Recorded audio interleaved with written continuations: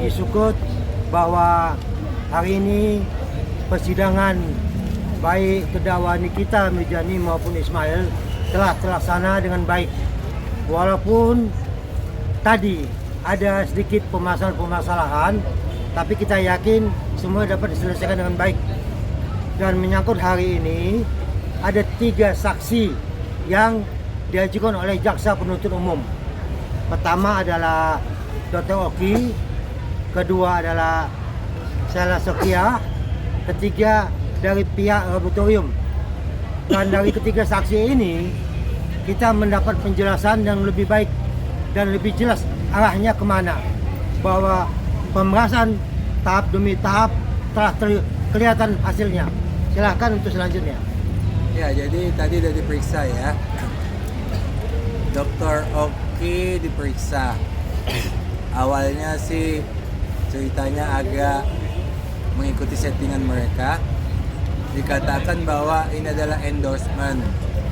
Ya.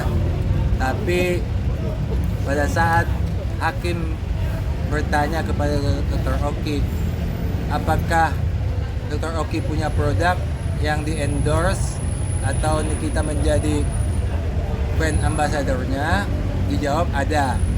Tapi itu pakai perjanjian, ya. Ada perjanjiannya. Untuk Dr. Reja nggak ada perjanjiannya. Jadi jelas bahwa perkataan brand ambassador maupun endorsement itu adalah tidak betul, ya. Itu tidak betul karena tidak ada perjanjian. Ibarat kita minjam uang ke bank aja 10 juta, itu ada perjanjiannya, materialnya bisa sampai 10. Masa uang 4M tidak ada sama sekali tertulisnya, itu suatu hal yang lucu, ya. Kemudian juga tadi terungkap bahwa aktor intelektualnya ini adalah Nikita, ya.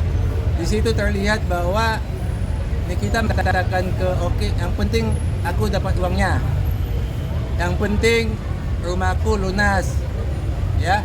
Berarti semua ini adalah aktor intelektualnya adalah Nikita. Pelaksana langsung adalah Mail. Mail ini melaksanakan tugasnya dengan bimbingan Dr. Oki, di mana Reja mengatakan kepada Nikita mengatakan kepada Mail, pakai nama gua, ya. Makanya Mail berani pakai nama Nikita. Kemudian Nikita mengatakan kepada Oki, dedinya Bems tolong diajari Mail, ya. Makanya Mail pintar berkata-kata untuk mendapatkan uang 4M ini, ya. Kalau Mail pribadi itu tidak mampu lah untuk mendapatkan uang 4M. Kalau dia mampu, nggak mungkin jadi anak buah Nikita lah.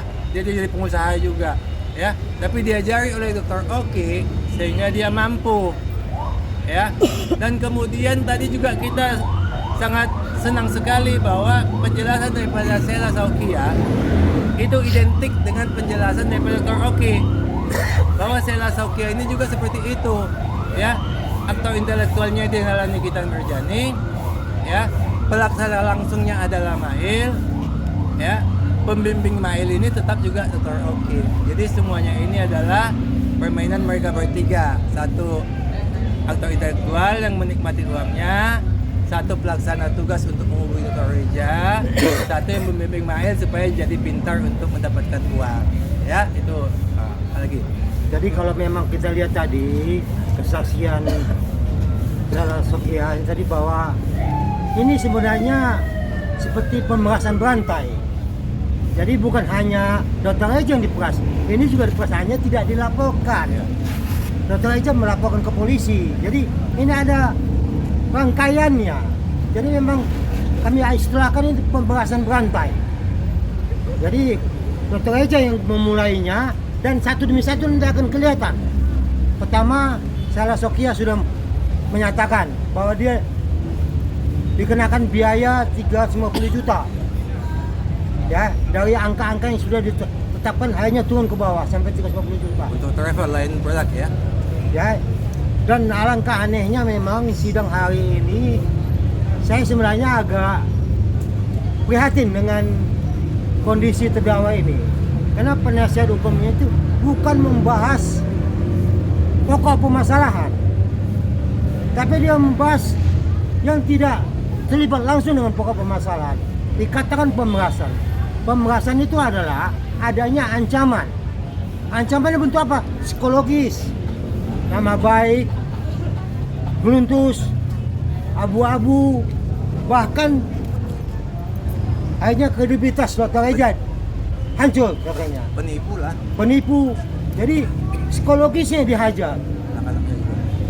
Makanya akibat daripada tekanan-tekanan, makanya diserahkanlah uang 4M ini. Memang awalnya 5M diminta, tapi karena sesuai kemampuan yang ada, dia hanya berikan 4M. Ini yang dikatakan oleh pihak di kita kesepakatan dari mana kesepakatan demikian? Diancam, ditekan, dihancurkan kredibilitasnya, kok dibilang kesepakatan? Ini jelas bahwa ini pemerasan. Itu mungkin yang perlu kami jelaskan.